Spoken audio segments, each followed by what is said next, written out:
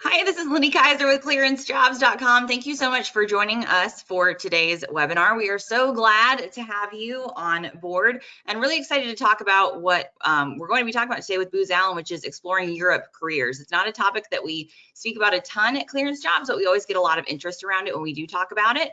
I think the scope of opportunities is as broad as the globe itself. So we're excited to have some of our Booz Allen team members here to talk about their experiences living and working for Booz Allen abroad in an Oconus location, and specifically what they're doing in Europe and their Europe careers.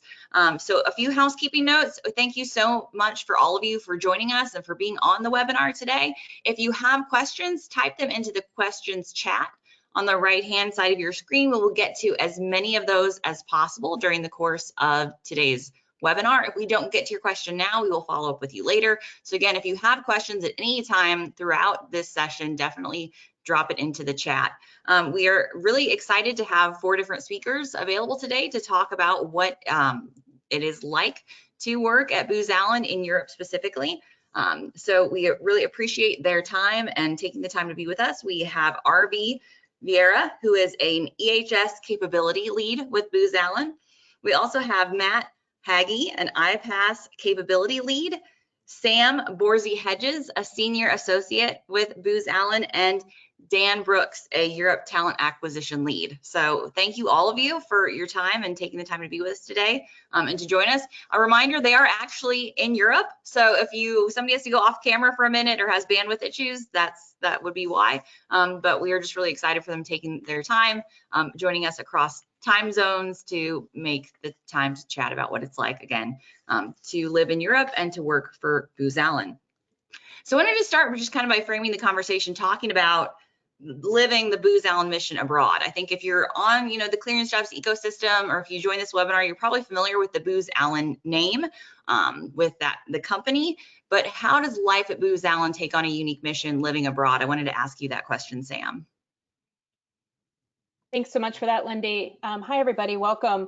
So the Booz Allen mission abroad is really exciting. One of the big things to know is that we are growing and growing steadily. I've been here in the UK for 3 years, and even in those last 3 years, even with COVID and all the other challenges we faced, the mission continues to grow.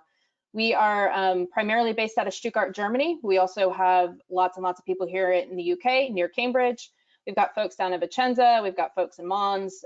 We also are starting to expand out in other places in Italy, as well as some Eastern European countries as well. Just as the mission expands and our partnerships expand, really seeing that our scope and what we're doing here expand across the continent. Some of the benefits of our mission here abroad is we do get relocation assistance to move your family. This is based on family size, and you get to move your stuff over, potentially a car, that sort of thing, your plane tickets, all that sort of thing is covered. It's really, really nice that you can bring your things and really have a little slice of home here over in Europe. We also get a living quarters allowance, so our rent is paid up to the Department of State cap based on your location and family size. Really, really important to note that it is based on location and family size. It's a standard part of the package. It's not a negotiable sort of thing. The other really amazing benefit we get is dependent education.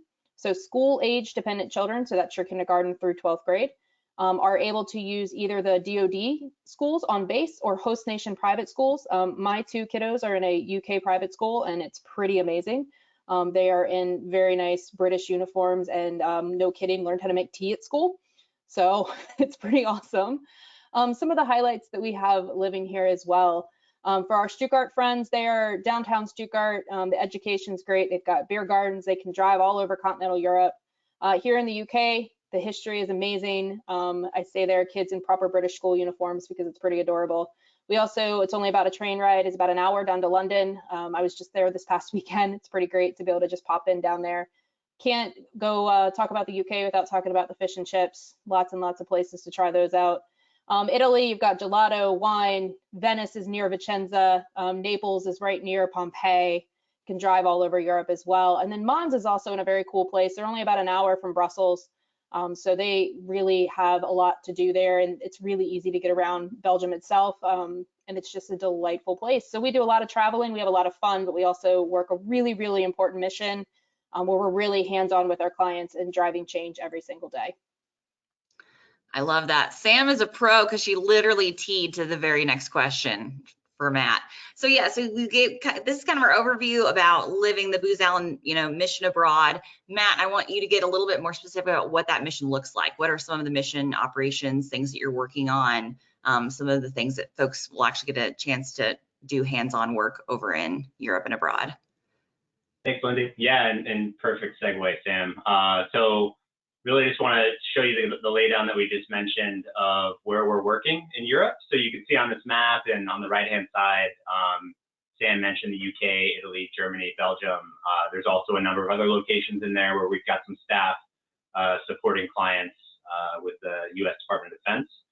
And then what we're actually doing with those clients is really kind of covered on the left-hand side. So we do a wide array of work that's really supporting combatant commands out in Europe, supporting everything from all sorts of analysis, production, CI, counterintelligence type work, through to planning, operations, exercises, really the whole gamut of what the Department of Defense is up to out here in Europe. So a lot of these opportunities are based in the UK and in Germany. And in Germany, it's not just Stuttgart. There's opportunities in Ramstein and a few other locations. But really, this just shows the wide breadth of work that Booz Allen has and the work that we're all doing out here to support our clients and try to make an impact, not just in Europe, but in Africa, supporting AFRICOM as well. Yeah, I love that. I love getting to see kind of at a glance the different clients you support, because I think sometimes you might think, oh, you're going to go for a specific, mission set or do something, and that's certainly the case. But there's a lot of obviously career mobility even within Europe and different opportunities and different, missions to be a part of. So it's not just, going for one mission and having one opportunity there. I think it really makes a difference for careers when you have a lot of different opportunities. So talk again a little more specifically, maybe even about kind of what brought you to the Booz Allen's mission in Europe, what life is like at Booz Allen, where you're serving or working. I'm going to kind of go down the line and ask everybody that question. So start with you, RV, kind of what brought you to Europe and what is your life at Booz Allen mission in Europe like? I'm going to rewind all the way back to like 66 years ago. I was born here in Ramstein in Landstuhl at the hospital just up the hill. And so one of my first choices of assignment when I was active duty military was to come to Zweibrücken, which is just down the road. I didn't get that assignment, but I was able to come back here with Booz Allen Hamilton about 6 years ago, and I have enjoyed every single moment of being here in the Ramstein area and in Europe. My wife and I, we are unabashed wine tourists, and so we enjoy going to all of the different places in Europe and enjoying all of the wine that everyone has to offer. So it was an incredible opportunity to come here. It still is very rewarding to be here to support the mission. The mission has become a lot more important now with things that are going on in Ukraine. And there's a lot of people here at Ramstein are supporting that mission in Ukraine beyond what anyone could consider at this point in time. So happy to be here. I wouldn't even give it a second thought about coming here. Love it here. Awesome. So same question for you, Matt. Thanks, Lindy. Yeah, so I came out here in April 2019, so it's been about 3.5 years. I started with Booz Allen back in the DC metro area, supporting DIA headquarters about 5 years ago. So really, I jumped into the IC space 5 years ago and was supporting DIA, and I was looking around at opportunities in the firm at Booz Allen and saw that we had this work out in Europe, and I was always interested in coming out to Europe to work after I'd studied abroad many years ago in Ireland. So looking across the work that we had on some of these contracts out here, ended up finding some counter intel all source work at Molesworth, UK. So I'm located in the same space as Sam Borsey Hedges. And I came out here, did that work for about a year, and then getting to that career mobility aspect that we mentioned earlier, was able to transition into a different all source role, still supporting clients at European Command, still at Molesworth, and able to get some really good growth where I was able to support crisis operations, support a lot of things that have been going on in Europe over the past couple of years in a variety of ways. So the kind of allure of Europe is what brought me out here to begin with, and seeing the opportunities and the career mobility with the firm here. And what's kept me is just the impactful mission, like just day in, day out, like Russ said, there's really, really cool, impactful work that's happening and that Booz Allen is heavily involved in, working side by side with our clients to do really cool things. Awesome. And same for you, Sam. So using that Booz Allen network, I had a couple of friends out here and they said, come to Europe, we'll take girls trips to Paris. And then 4 months later, COVID happened. So there was not so many girls trips to Paris. However, we still have found a lot of great travel opportunities here. And my family absolutely loves it here as well. And on the mission side, as RV and Matt said, we are just so hands-on with our clients. I came from the 3-letter DC metro area agency level where things are a bit more strategic, a bit more, can I get this on the desk of the president? And then you come here and you're, no kidding, affecting things day in and day out, side by side with your clients. A little more wild, wild west, which can be fun and scary all at the same time. But it's been a heck of a ride, both personally and professionally, out here with Booz Allen, and don't regret it for a single minute. And then same for you, Dan. Thanks. And I'm a little bit different than these folks. I'm actually based stateside, so I support our recruiting and hiring team. So while I'm not actually out there, I get to place the people that actually go out there and support these roles and these clients. And prior to this, I actually lived in Hawaii with Booz Allen and covered all of Asia. So I had a chance to do international hiring and recruiting, and I loved it out there in terms of the type of folks we look for, the roles we get to place them in, and a lot of times for most folks, kind of a dream opportunity. So when I wanted to come back stateside, I live on the East Coast. There was an opportunity to support Europe, and it's just great to work with the team and the staff, but also to be able to place these folks that are actually going to kind of make an impact to the missions we support. Listen, I just want to say Dan is without a doubt our best recruiter. So if you are recruited by Dan, you're fortunate. Hey, that's a resounding endorsement. That's great. Well, and that's, I mean, that's key, right? Because if you have a good relationship on the onboarding process, I mean, I think if you're looking to, go Oconus, having all those logistics and having somebody who knows, knows the area and cares about the folks that they're placing makes such a huge difference.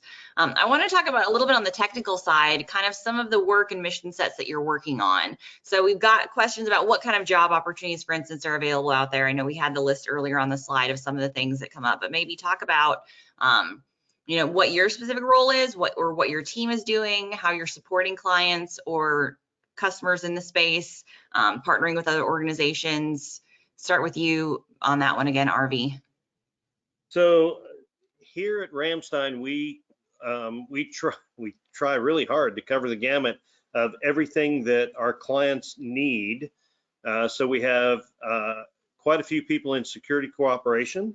I myself have been in integrated air missile defense since my time at Langley in Virginia. So I've been doing that for about 10 years, and I've been doing it here since I got here. We have people that work in the Air Operations Command Center. We have people that work in A6 in communications. We actually have expanded our portfolio now to include another contract vehicle that actually is an A6C, which they do authority to operate, authority to connect to the different networks here. So we have a lot of opportunities here at Ramstein. There are obviously a lot of opportunities across Germany not just here at Ramstein, but Stuttgart, Wiesbaden. There's a couple of different opportunities at Wiesbaden to join the firm. And EHS, the European Headquarters Support Contract, actually has people down in Naples, Italy that support us. And I believe, Matt, are you on EHS in England? No? IPAS, okay. We actually have people in England, in Europe, supporting a different contract vehicle. So there's a lot of opportunities here. Awesome. And again, TDU, Matt. Yeah, good segue, Russ. Yeah, so going back to kind of the work I've been doing the last couple of years, and then I'll talk about what I've been doing now. But a lot of the intel work I mentioned on the counter intel space, and then some more of the strategy and doctrine type work that I've been doing the last couple of years was all oriented towards intel support to operations and plans. So really working across the combatant commands with folks across the different directorates to help inform operations planning across the theater. What I'm doing now, so you can see I'm the IPAS capability lead. I work really closely with Dan Brooks and Dan's team to not just find good candidates, great candidates for requirements like the ones I just mentioned, but for requirements across kind of the intel apparatus for African Command, European Command, and Special Operations Europe, that command as well. So work really closely with Dan across the IPAS contract that we just mentioned, and across our Booz Allen Europe footprint to really make sure that we understand what the requirements are that are coming in from our clients, and that we are finding the right candidates with the right skills to be brought to bear against their mission.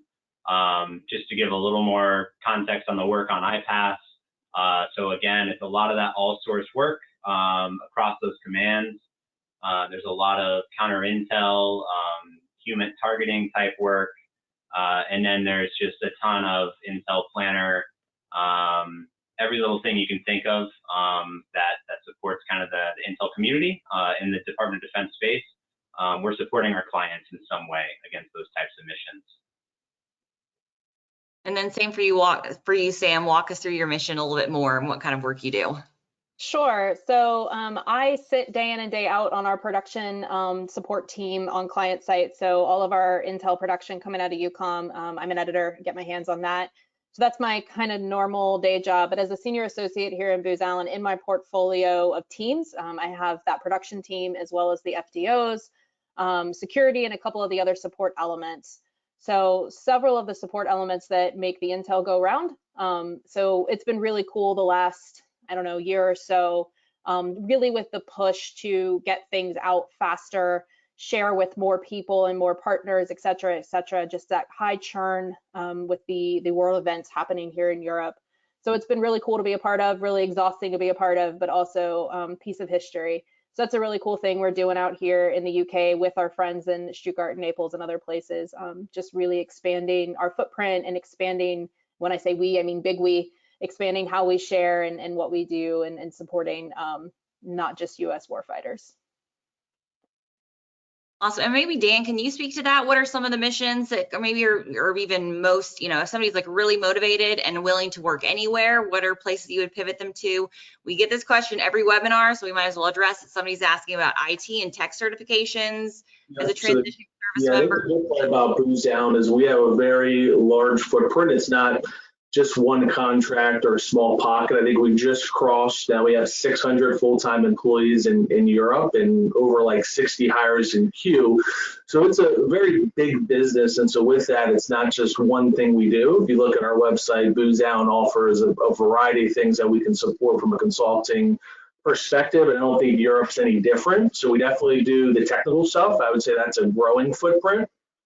Things like data science, data analytics, cloud architecture, data engineering, and then kind of our focal point, previously has been more in the intel and I'd say military space, but that's such a wide portfolio. I can't name every job, but think operational planning, strategic planning, security cooperation, training, kind of the list goes on and on. So not that we're hiring every month for every need, but I think regardless of your skill set, there's probably at some point a demand somewhere for us. So certainly network is important, and just kind of staying up to date on our opportunities. So when that right opportunity fits, your background and what we need, we'll kind of engage with you and hopefully can bring you onto the firm.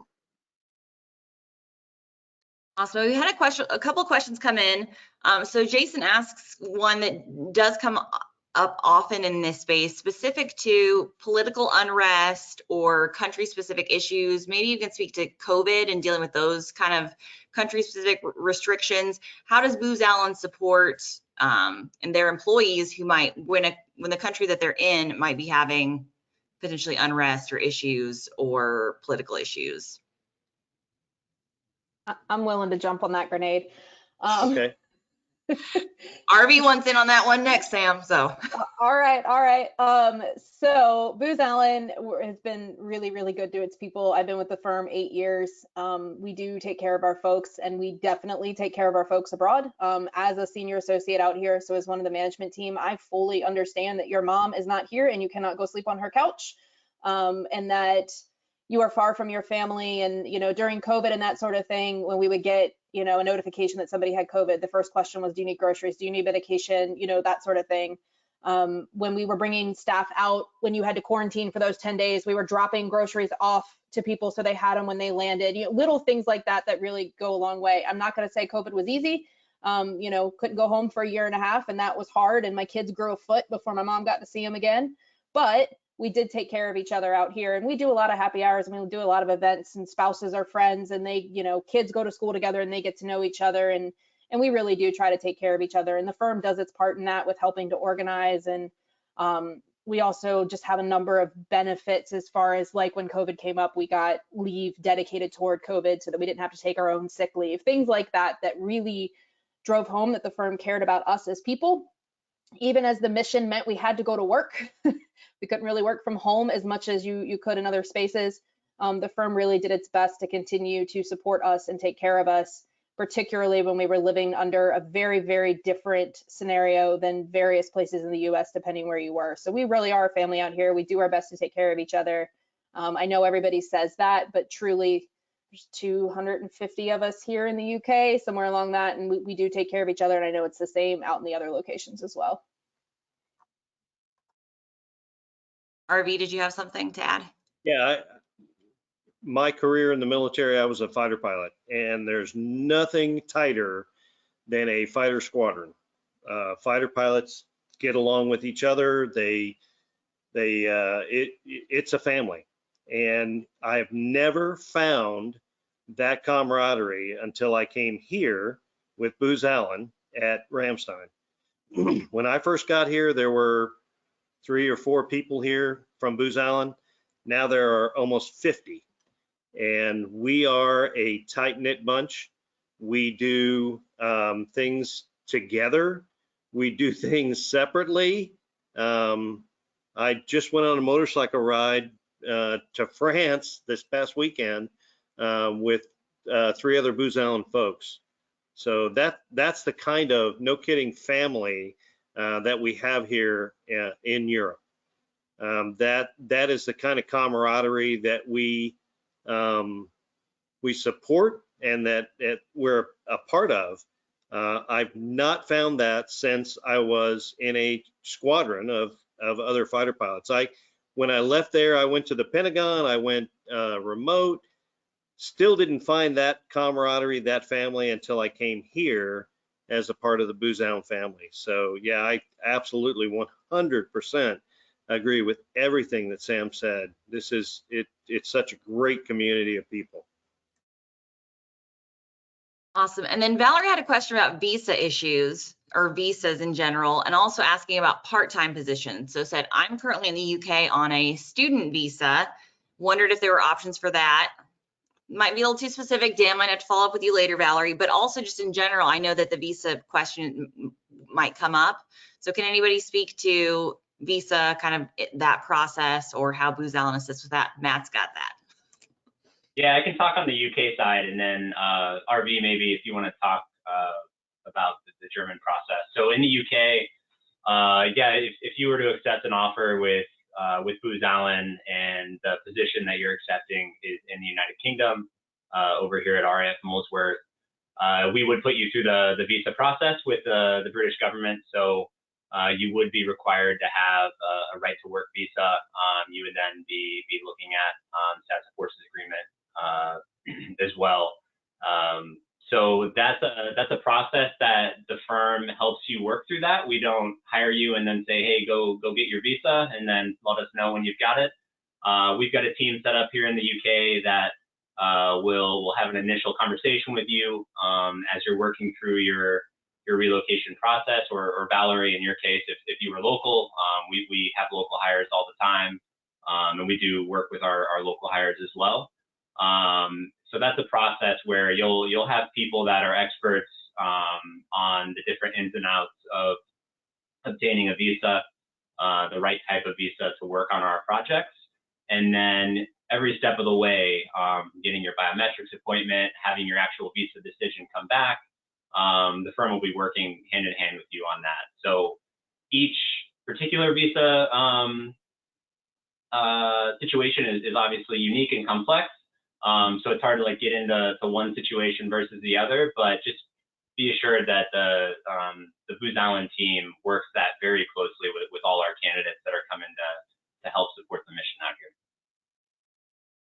So here in Germany, we're a part of the Schengen region, and a Schengen visa is pretty much automatic for any American citizen. You come here for 90 days and stay. The thing that the Schengen region requires if you're coming here to work is it's called a BACO 90, and it just gives you, it's a work visa basically to come here and work in Germany or in Europe in the Schengen region for up to 90 days, 3 months basically. And they're very particular about looking at your check-in, check-out date according to your passport. If you come here to work permanently, what we in the military would call a PCS move, then you're covered under SOFA. And the status of forces agreement for Germany is different than it is for England, or it's different for Italy. Each country has a different SOFA requirement, but when you do come here to work, like I am here permanently, I am covered under the SOFA to be able to live here and to work here personally in Germany. Someone else in Italy would be covered under the SOFA for Italy. In England or the UK, then they're covered under the SOFA for UK. And each country has their own different requirements for working in that country. Awesome. And Kevin said, hey, looking to transition from a GS role in 2023 into a contract position. Can you talk maybe about timelines, maybe onboarding? I think that's for an OCONUS position or a position with Booz Allen in Europe. Is that lead time? Should they be reaching out and applying for positions sooner if they're saying like, hey, maybe a year out, I'm looking? Dan, you probably have thoughts on that. We'll jump in on that one. And it does a big depend will be if you're local versus relocating. It's a lot quicker to onboard someone locally, whereas relo probably adds an extra 50 to 60 days. But I would say a year is probably a little far out. So it's never a bad time to network, get on our radar. But typically I'd say if you're in country, but once you get an offer, an offer is accepted, we usually can get folks started probably within about anywhere from 30 to 60 days, depending on what country it is and how quickly we move through contingencies. If you're someone that's relocating, usually it's taken closer to about 90 days after you accept the written offer. So you have to add on top of that potentially interviewing, applying. So if you're saying, hey, what dot should I have to maybe actively start applying? I'd say probably once you get in that window where you can start within 4 to 6 months, that's probably a good spot for you to start actively applying and interviewing for roles internationally. Another one maybe you can speak to quick, Dan, talk about maybe are any of these positions, are you able to sponsor clearances for them? Karen asked that question. Yeah, no, it's a good question. So I think it's at this point about 95% of our roles are cleared at TS, top secret or above level. And we have a few roles at secret, but basically all of our roles require an active security clearance. And unfortunately, just given the time it takes to hire someone, if you added on the time it would take to process a clearance, it's not something that we do. So I know stateside we do. So if someone doesn't have a clearance but is interested internationally, probably your best bet is to focus maybe on a job with Booz Allen stateside. And then we do actually more than half the people we hire are internal transfers. So theoretically, you could get hired stateside, maybe get processed for clearance, and then once you're at a level we would need, look at an internal transfer out to Europe or another international location. Yeah, I think you bring up a great point, and that's come up on other conversations we've had on these Booz Allen webinars about kind of the mobility piece, and sometimes taking a position to step you into a different position. So I think especially, like you say, if you need to get sponsored for a clearance, looking for a contract or an opportunity where they can do that, spending some time stateside, and then networking your way into another opportunity. And that also segues into kind of the contract term issues, which sometimes comes up for OCONUS positions. So can any of you speak to that? Like, when you're hired for an OCONUS position, is that a specific contract term timeline? I know in general, Booz Allen is really all about hiring for a career. Does that look any different for the European missions? I'll take the first stab at this one. So all the folks we hire, we set them up on a 2-year agreement. So you're basically signing up to move out there, work for 2 years, and at the end of the 2 years, you have a little bit more flexibility in where you go next. So at a baseline, you're eligible for repatriation. So if you want to go back to the States after the 2 years, we'll pay for that move back as part of the contract. And a lot of times we want to retain you, so just keep you at Booz Allen, but wherever maybe you want to go to next. Option 2, you can extend that out. So if you're enjoying the work, the location, the team, and I think the average time most folks actually spend, I think the latest number that I saw was like the average Booz Allen person stays 4 to 5 years in Europe. We can extend out and kind of keep you in wherever you're at currently, or you're eligible to move somewhere else. So if you're in the UK and you want to move to Germany, or you're in Germany and you want to move to Italy, that 2-year marks where you have that mobility option. And the good part about moving internationally is if for some reason a contract ended or something happens, you always have that baseline repatriation. We don't just leave folks overseas, but we have a great internal recruiting and mobility team. So if we do lose a contract or we have to transfer staff, we do an amazing job. If you want to stay in Europe, working at what other roles we have, what other contracts are available to replace you. And because we're not just all based on one particular contract, we have a lot of flexibility with that mobility and placing people when things may sunset. Yeah, I can add to that, Dan. One of the things in my role that I enjoy the most is that career mobility piece, and working with staff that have maybe met their 2-year assignment agreement. They've been in their role for 2 years, but they're not ready to leave yet. They want to keep supporting the mission, but they want to have a new experience or maybe grow laterally or in a different way, take on more responsibility. And that's something on our contract with Booz Allen, and then working across the Europe footprint with Russ and his team and the other teams we have out here to figure out what folks are interested in and passionate in, and making sure that they have that career, that it's not just they're coming out to Europe for a job, for a very specific mission requirement, but that if they come out here, they complete that mission requirement. Yes, they can stay in that oftentimes and continue pressing ahead and becoming a subject matter expert, but they also have that opportunity to jump into new exciting roles, whether it's still in the same organization, supporting that same client, just in a different way, or supporting a new combatant command, or supporting, in a completely different geographic location. So I just wanted to add some flavor to what Dan just said. He hit the nail on the head, but that's something we take really seriously out here. Yeah, I love everything you described. Every time I'm sold. I mean, send me to Europe for 2 years. Sounds fantastic. My kids can go to school with Sam, wear those little uniforms. It'll be delightful. Another quick question came in about taxes, which always comes up. So another one of those logistics questions, but I don't know if Sam or Matt, you have kind of some thoughts on this. Are there any tax implications? Yeah, I can take that. First and foremost, I'm not a tax advisor. As I said before, I'm an editor communication sort of person. So take that for what it's worth. We always advise that people get a tax lawyer or a tax professional. So this is my experience and my experience only. Please do not take this as, you know, a recommendation or a rule. We do have the ability to take advantage of what's called the foreign earned income exclusion. So you can take the advantage of not paying income tax either at the state or national level up to anywhere between 105 and 110K. It fluctuates every year somewhere in that window.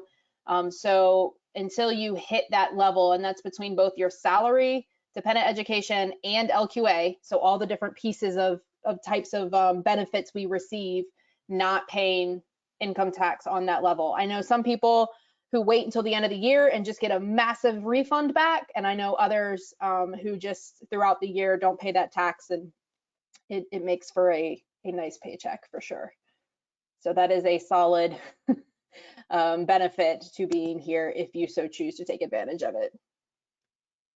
Awesome. And that was a fantastic disclaimer. As a clearancejobs.com person, I love a good disclaimer. So like, this is not professional tax advice. Please consult your attorney or tax professional. Yes. But it's good to know because those kind of questions come up.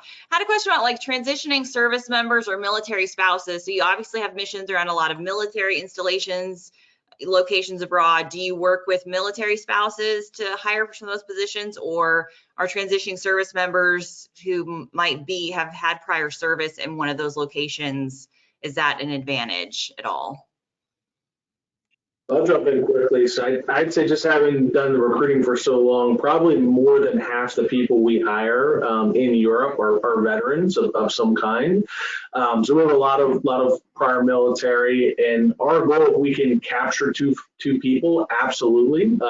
We can't have folks reporting to each other, and there's some things like that. But I know in my hand, I think actual couples, husband and wife, probably I think 3 or 4 that I've hired over the past like 2 years. So the biggest challenge is when we have obviously the security clearance and the qualifications. Those are things we still need, but we definitely look to hire as many of the families we potentially can. And then I know, and RV and Matt and Sam can probably talk more about this, it is a family out there, so I'm sure if there's not a fit because of clearance or whatever issue with Booz Allen, that there's other ways that they can get them connected in the local market, whether it's on base or elsewhere, to try and get them opportunities for employment, because I know it can be a little bit more difficult overseas than when you're stateside. And something else to be mindful of when you're overseas, your family, so spouse and kids are covered to live with you, but it's not a work authorization, so they can't just work remotely and not pay taxes. So if there's someone that's a remote worker, you're definitely going to have to look further with your current company, as well as maybe like an actual tax lawyer locally, in terms of if that's something you can do, and then there may be a legal tax footprint there. So our kind of coverage for your spouse and children is mainly for living there, not for like another work authorization other than the person we're hiring. I will add though, on our UK visas as well as DocPer, you can work. It's just, as Dan said, there are implications if you're attempting to work remotely for a US company. It gets muddled and messy. Doesn't mean no, lots and lots of people do it. But if you have a spouse who is not cleared or doesn't quite fit in our position, we get asked about PMO type jobs all the time. Under our status of forces agreements over here, we really cannot do PMO work from Europe. So there are some kind of squishy things like that. So our general recommendation, particularly when a spouse doesn't have a clearance, is that they really need to work with their current employer or just start to kind of look out on the local economy. But we do have plenty of spouses who do work, so it's not as if it is unheard of. Yeah, I can. One more add from the UK side. My wife came out here without a clearance. She works in a totally different industry. The first couple of years we were out here was teleworking with the US company, and like Dan and Sam both said, she had to work with her tax professionals and with her company to see what tax implications would be involved there. She did just recently, 6 months ago, get a job with a British company. in her same field. By no stretch of the imagination is that for most people an easy thing. It took a while for her to be able to get that figured out and find the right fit. But it's something that on the UK side, as Sam said, is very much a thing. We do have right to work out here. It's just you got to make sure you're figuring out what the tax implications are, and all that fun stuff. I don't know, RB, if you want to give the Germany side of things. I know it's a little different out there with the status. It's the same in Germany. You have to figure out what the tax implications are for whatever position your spouse may have in Germany. Awesome. And then talk a little bit about, I'm going to tee back to you on this, RV, the mission piece of it. We know from our polling at clearance jobs, it's money and mission that gets people, or in the case of Europe, that amazing quality of life that you keep talking about. That's like, but so what makes the mission, kind of the work you're doing, unique? And especially as we see right now, Ukraine, foreign policy shifts, do you feel like you're more a part of that in what you're doing? And also, I'm going to warn you, Sam, I'll tell you that too, because you talked about seeing kind of the day-to-day impact of what you're doing over there. So I'd love to bring that back and talk to that again, but I'll pivot to you first, RV. Yeah, Lindy, absolutely. Without a doubt, everybody that works here at Ramstein for Booz Allen Hamilton makes a difference to the mission. And since February, we've all been working very hard, very long hours. We are considered mission essential in all of the work that we do here. I have been involved in a thing called B3+P since I got here, which is the 3 Baltic states and Poland, B3+P. I have been to every single country in that list several times. And I know that when I go there and I meet with those people, that I'm making a difference. They all come up to me and they talk to me about how much more could they do to contribute to the NATO mission. And so, it's prevalent. And since February, we've all been very, very intermeshed in trying to take care of that situation. I have one person in particular that is here working in the division that I'm in, that has been to a very remote location in Poland several times to install a sensor and to try to get that sensor to work. And last week was the first time that the sensor actually started passing data back to here at Ramstein that contributed to the mission of USAFE Africa in the AOC. So I mean, every day we touch people's lives here. We touch the mission. We are a major contributor to the mission. I have several clients that have stated very overtly that they could not do their work if it weren't for the people in Booz Allen that were here contributing to the mission. And then Sam, you kind of speak to that too. Like, so day to day, you really are feeling like a direct correlation between, you're not just kind of moving one piece of the puzzle, you're getting to see things come together. Can you speak to that? Yeah, absolutely. So I started my my career at the Pentagon, where things moved really slow and it took like 6 months to do a thing. Here it might take 6 hours, like that might be too long. So at the COCOM level, just much more tactical, much more hands-on. Things are happening fast-paced. They're happening around the clock. And I will mention 2 major shifts I have seen just in my past 3 years here that, and when I say here, I mean Europe writ large, not just the UK, that Booz Allen is intimately involved in. The first is increased partner sharing.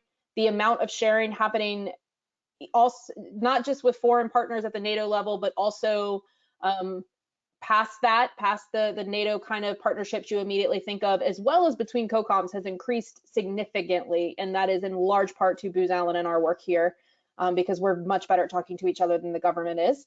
And the second major shift I have seen is we all know there's more data than our human brains can possibly begin to process, and bringing in data science and tech-enabled analysts and helping analysts talk to data scientists and vice versa to really dig through that haystack. That is a change that has to happen because of the large amount of volume of data that we have to deal with every single day. And we are pushing that along. We are making that happen because, again, we are quick, we are smart, we've got programs set up to help. I am not a coder, I am not a data person, and we've got programs like that help to set up people like me to have success with those sorts of things, and really move the government along towards using data in a smarter way to improve our intel and improve our foreign policy. Awesome. We'll keep pivoting back and forth between the mission and the practical, but Tanya asks about medical issues, and I do think that's relevant. That could be an issue, like if somebody has medical concerns or maybe a spouse that needs medical facilities that might hold them back. So can any of you speak to access to medical care in Europe? Are there any things to be aware of for applicants? So I'll just touch and I'll let them talk a little bit more about in-country, but we do offer a Cigna International Medical Plan as well as a Cigna International Dental Plan. So there's coverage there, but one thing to keep in mind that you use the on the economy healthcare. So you're not going on the basis as on the economy, and obviously each country is a little bit different, a lot of socialized medicine. So maybe Matt or Sam can talk more about the UK, and then RV can talk a little bit more about Germany and just kind of their experiences with the local healthcare. Yeah, I can touch on the national health system in the UK. So yeah, so we have access to Cigna Medical, the international, and Cigna Dental, of course, as Dan said. I myself have that plan, and that plan has not failed me yet. It's a really solid plan. It gives you a lot of access here in the UK on the economy to be able to get the treatment you need, get medication, get your teeth cleaned. They do teeth cleanings here in the UK, believe it or not. The other piece, the national health system, like I mentioned, that's also available to us. So that is something that once you get your visa in the UK, you do, I'm looking for the right word, but you have access to the NHS, and you'll be able to get an NHS number, be able to register. And then that is another avenue of the health system that you can take advantage of. So I know, just using my own personal experience, there's times when I will work through the NHS to have to address any medical needs, and then there's other times where I will use the Cigna plan. And the reason that one would do that is sometimes, obviously, NHS is free. So there's sometimes where, you know, NHS just using that makes more sense because it's not a medical emergency. You might need medication, and you can get that out here in the UK. And it's okay if you need to go through a bit of a process to do so.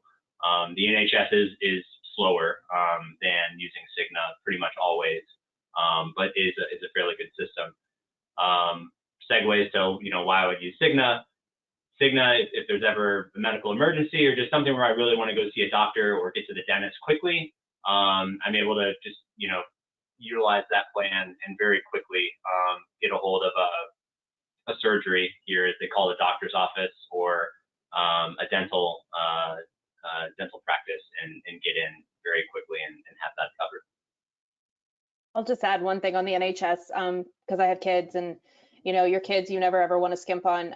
It is incredibly freeing to walk into an emergency room with your child and know that you're not going to get hit with a 10,000 pound bill or anything like that, and not having to kind of think through, what if it is something major, or even what if I shouldn't be going because I'm going to have this massive bill, and you know, he just needs some Tylenol or something like that. So the NHS, though it can be slow at times, it's incredibly freeing also to know that if something major happens between Cigna and the NHS, you are not going to be in a massive load of debt. And I'll pile on to that and say that my wife is currently in the US with her mother, and anything that she needs is covered by that Cigna plan while she's in the US as well.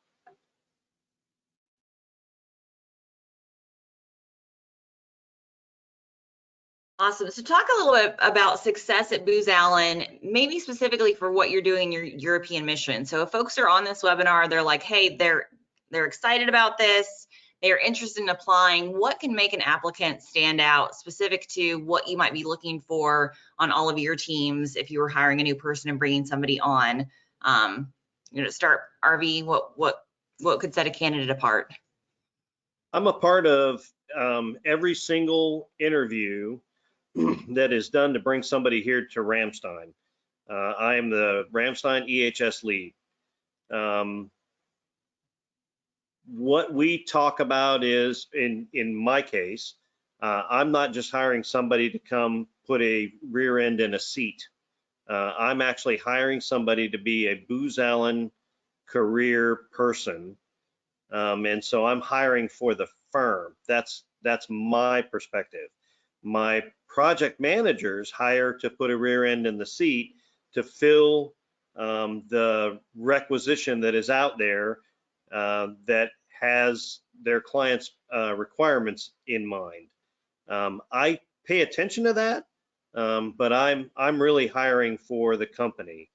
I've been with the firm now for almost 15 years. I have an idea of what it is that we look for in the company, and that's what I'm looking for in a person that we are interviewing. Don't forget that your resume is the thing that gets you an interview. The interview is the thing that gets you the job. I've actually had a few interviews that didn't go quite well, and the resumes look great, and Dan can attest to that. But the people just, they weren't a fit. And so that's the thing that I'm personally looking for. Awesome. Matt or Sam, do you have thoughts on that? What if somebody is really attracted to this mission? How do they set themselves apart as a candidate? Yeah, sure. Yeah, I mean, Russ is exactly right. The resume is what's going to get you that interview. So to touch on that really quick, just really ensuring that the requirement that you're applying to in Workday, that Dan and the team are helping us get out there to ensure we're attracting the right candidates.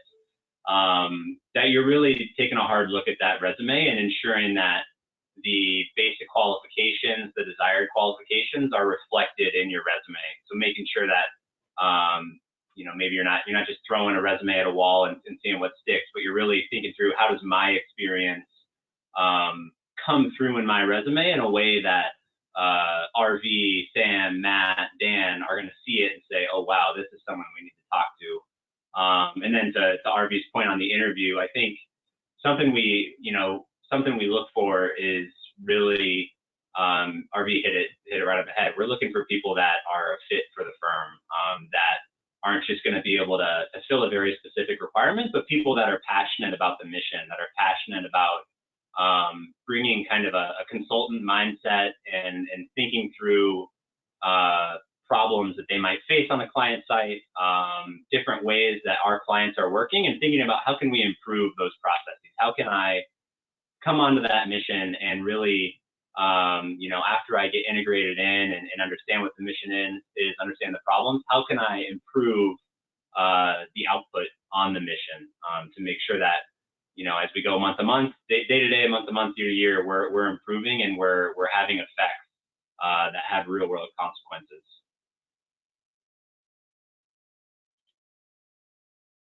Sam, do you have any thoughts? Just to add on to what Matt said, I'd say, and kind of what RV said, a resume gets you in the door. So I know sometimes it's good to have a general resume, but I definitely, whenever you're applying for a job, especially the one that you want, make sure you tailor make it. Don't make things up, but if there's things they want, X, Y, and Z, and that's not in your resume or it's not popping up, add that in, right? Take the extra 5, 10, 15 minutes to tailor make that, add in the experience that we're looking for and that you have, so it clearly is articulated in the resume. And then for the actual interview, and a lot of what RV was talking about are our core values. So I'd say spend some time not just on the job and your resume, but the career website. What is this company about? What are they looking for? And then show where you've done that in your past and that's something that you're interested in. I think that really is going to impress the team to know that, hey, you're not just a technical fit, but you're the type of person that's going to do well in this company and in the environment. I will piggyback on that and say that those are some of the questions that I actually ask in interviews. When we have somebody on the line and we're talking to them, I will ask them, how did you find out about Booz Allen? What do you know about Booz Allen? Have you done any kind of research at all about our firm? Do you know what we are about? Those are things that you probably need to know before you apply. Yeah. Well, on that, that's a perfect segue. We're kind of wrapping up here. So Dan, I'd love to have you walk through just a little bit the application onboarding process. So if somebody is listening to this, they are super fired up about these missions, how do they find them? Is there a way? We have the link here, so I feel like that's going to be the answer. But what application? I would say the good part is you're kind of already networking with us right now. So the link right here will show you all of the jobs we have posted. So I'd say a good first step is to go there and look at whether it's a country or a type of job, what we have out there. And then you can certainly apply online, but I'm on LinkedIn. I stay active. I reply to messages. So just jot down my name, and it probably pops up as Daniel Brooks. We can connect on LinkedIn. You can send in your resume. We can pipeline it. So I'd say those are going to be probably the two best ways to connect, at least initially. And then hiring, always tell folks it does come down to timing. So it's not always, hey, you talk to us today, you're going to get a job tomorrow. But as much as you can network and connect, especially if you're interested in Europe, the earlier the better, so that you're already kind of a leg up. We have views on your background, experience, interest, and then if we don't have the role right now, when we get it a couple months or weeks from now, we've already made that connection with you. I love it. Thank you so much, all of you, for your time and for participating. I mean, I think a key takeaway here is researching the company and researching the position. So obviously, any of you who have joined this webinar or who watch it later, this is great intelligence to fuel your job search with Booz Allen, to help you learn about the company and their mission and their opportunities and the things that they're doing, and then use that. So if you have a chance to connect with somebody or to interview, show that enthusiasm and knowledge and awareness of what they're actually doing in some of these European missions and opportunities. I think that will move you far. And if you find you're not qualified for one of those European positions, remember the internal mobility piece at Booz Allen, which is so huge, where you can take a job stateside and use that to help transition you to an overseas position at some point. But again, thank you to RV and to Dan and to Sam and to Matt. I so appreciate your time. Thank you to everyone who attended. If we didn't get to your question here, I'm sure we will follow up later. So have a wonderful day, whatever time it is, wherever you are. Closer to happy hour where you guys are, I think. Bummer. Absolutely. Thank you.